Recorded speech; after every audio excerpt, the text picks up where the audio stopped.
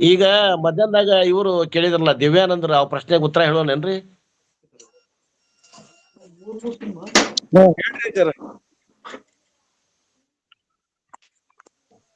ಎಲ್ಲರೂ ಅದಾರ, ಎಲ್ಲರಿಗೂ ಅನುಕೂಲ ಆಗ್ತದೆ. ಏನೇನು ಇಲ್ಲಿದ್ರಾಗ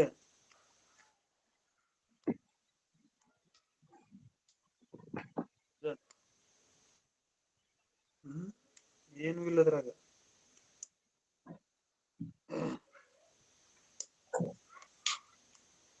ಮ್ಯೂಟ್ ಮಾಡ್ರಿ ಬಿಜಿ ಪಾಟ್ಲ ಗುರುಗಳ.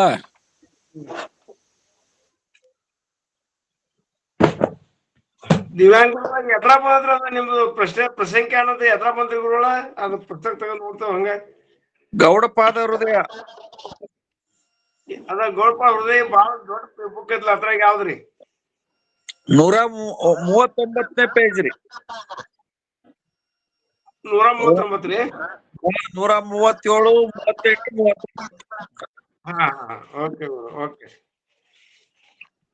ಪ್ರಸಂಖ್ಯಾನ ಅಂದ್ರಿ ಯಾರು ಮ್ಯೂಟ್ ಮಾಡ್ರಿ.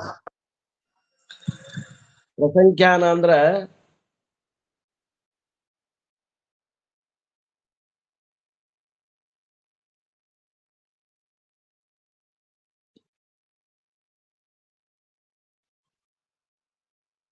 ಖ್ಯಾನ ಅಂದ್ರ ತಿಳಿದು ಬಾ ಅಂತ. ಪ್ರ ಮತ್ತು ಸಮ್ ಅನ್ನುವಂತ ಎರಡು ಪ್ರೆಫಿಕ್ಸ್ ಅಂತಾರ, ಇವ್ ಸೇರ್ಸ್ಯಾರ ಇವ್ ಶಬ್ದಗಳನ್ನ. ಅವಕ್ಕೆ ಎರಡಕ್ಕೂ ಎರಡು ಅರ್ಥ ಆಗ್ತದೆ. ಅಂದ್ರ ತಿಳಿದು ಬಾ ಅಂತಂದ್ರ ಶ್ರವಣ ಮಾಡು ಅಂತ, ಶ್ರವಣದಿಂದ ತಿಳಿ. ಖ್ಯಾನ ಅಂದ್ರ ಶ್ರವಣದಿಂದ ತಿಳಿ ಅಂತ ಅರ್ಥ. ಪ್ರ ಅಂದ್ರ ಮನನ ಮಾಡಿ, ಸಮ್ ಅಂದ್ರ ನಿಧಿಧ್ಯಾಸನ ಮಾಡಿ. ಅಂದ್ರ ಮನನ ನಿಧಿಧ್ಯಾಸನ ಸಹಿತ ಶ್ರವಣವನ್ನ ಮಾಡಿದ ನಂತರ ಬರುವಂತಹ ಕೊನೆಯ ಜ್ಞಾನಕ್ಕ ಪ್ರಸಂಖ್ಯಾನ ಅಂತಾರ. ಕಟ್ಟ ಕಡೆಯ ಜ್ಞಾನ ಇದು. ಇದ್ರ ನಂತರ ಯಾವ ಜ್ಞಾನನೂ ಇಲ್ಲ.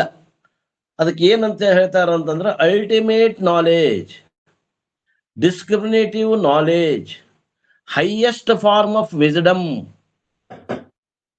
ಶ್ರವಣ ಮನನ ನಿಧಿಧ್ಯಾಸನಗಳಿಂದ ಆದಂತ ಜ್ಞಾನ ಅಂತ ಬರ್ಕೊಡ್ರಿ. ಇದು ಪ್ರಸಂಖ್ಯಾನಕ್ಕೆ ಉತ್ತರ. ತಿಳಿತೇನ್ರಿ? ಇನ್ನ ಎರಡನೇದ್ದು ಅಸ್ಪರ್ಶ ಯೋಗ. ಅಸ್ಪರ್ಶ ಯೋಗ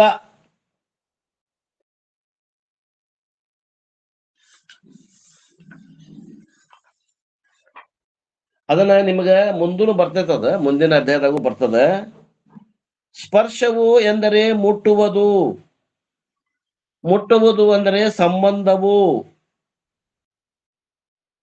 ಯಾವ ಯೋಗಕ್ಕೂ ಯಾವದರೊಡನೂ ಎಂದಿಗೂ ಯಾವ ಸಂಬಂಧವೂ ಇಲ್ಲವೋ ಅದು ಅಸ್ಪರ್ಶ ಯೋಗವು. ಈ ಮುಟ್ಟು, ಸ್ಪರ್ಶ ಅಂದ್ರೆ ಮುಟ್ಟು ಅಥವಾ ಸಂಬಂಧವನ್ನು ಕಲ್ಪಿಸು. ಯಾವ ಯೋಗಕ್ಕೆ ಯಾವದೊಡನೆಯೂ ಯಾವ ಸ್ಪರ್ಶವಾಗಲಿ, ಯಾವ ಮುಟ್ಟುವಿಕೆಯಾಗಲಿ, ಯಾವ ಸಂಬಂಧವೂ ಇಲ್ಲವೋ ಅಂತಹ ಯೋಗ, ಅಂತಹ ಜ್ಞಾನಕ್ಕೆ ಅಸ್ಪರ್ಶ ಯೋಗವೆಂದು ಕರೆಯುತ್ತಾರೆ. ಇದು ಬ್ರಹ್ಮದ ಅದ್ವಿತೀಯ ಬ್ರಹ್ಮವು ನನ್ನನ್ನು ಬಿಟ್ಟು ಬೇರೆ ಇಲ್ಲ.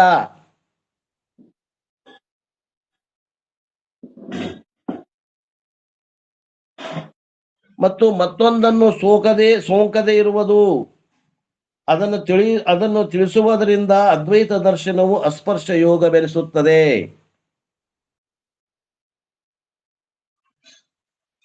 ಬ್ರಹ್ಮವೇತ್ತರುಗಳಿಗೆ ಅಸ್ಪರ್ಶ ಯೋಗವೆಂಬಿ ತೆರನಾಗಿ ಪ್ರಸಿದ್ಧವಾಗಿರುವುದು ಎಂದರ್ಥ. ಅದು ಸರ್ವ ಸತ್ವ ಸುಖವು. ಅದರಲ್ಲಿ ಸರ್ವ ಸತ್ವ ಸುಖ ಅಂದ್ರೆ ಅದರಲ್ಲಿ ಕೇವಲ ಸುಖ ಅದ, ದುಃಖ ಮಿಶ್ರಿತ ಸುಖ ಅಲ್ಲದು, ಕೇವಲ ಸುಖ.